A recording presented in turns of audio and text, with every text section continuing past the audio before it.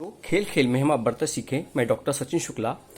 Suppose करिए हमसे पूछा गया एक संख्या 8 है, उसके अपवर्तक बताइए।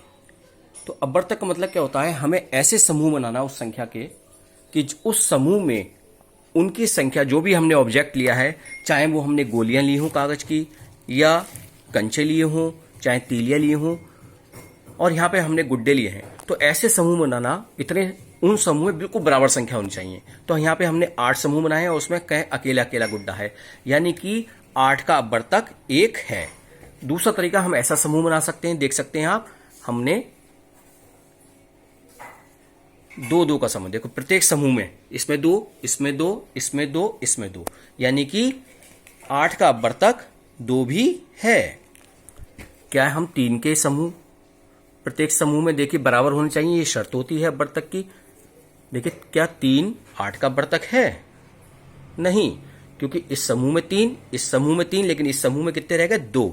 इसका मतलब जो 3 है वो 8 का अपवर्तक नहीं है, क्योंकि प्रत्येक समूह में टोलियों, जो उनकी जो टोली है, बिल्कुल बराबर संख्या में होनी चाहिए।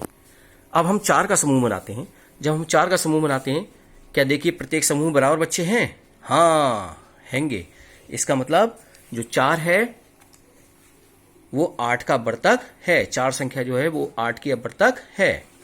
इसके बाद हम 5 को करके देखें, उस स्थिति में भी समूह सही नहीं आप बन पा रहे, बराबर नहीं है उस टोली में।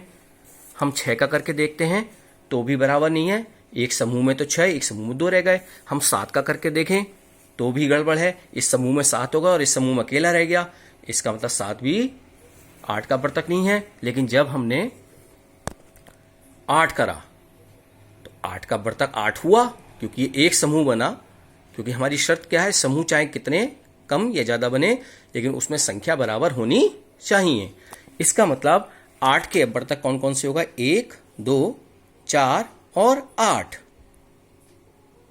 अब हम 12 के अपवर्तक करना सीखेंगे, और इस खेल के माध्यम से इस प्रकार से आप बच्चों कागज की गोलियां बना सकते हैं, गोलियों के माध्यम से गुड्डे बना के भी आप खेल सकते हैं। और इन अपवर्तकों को आप मजे मजे में हम सीख सकते हैं कि किसी संख्या का अपवर्तक क्या होता है। मैं डॉक्टर सचिन शुक्ला।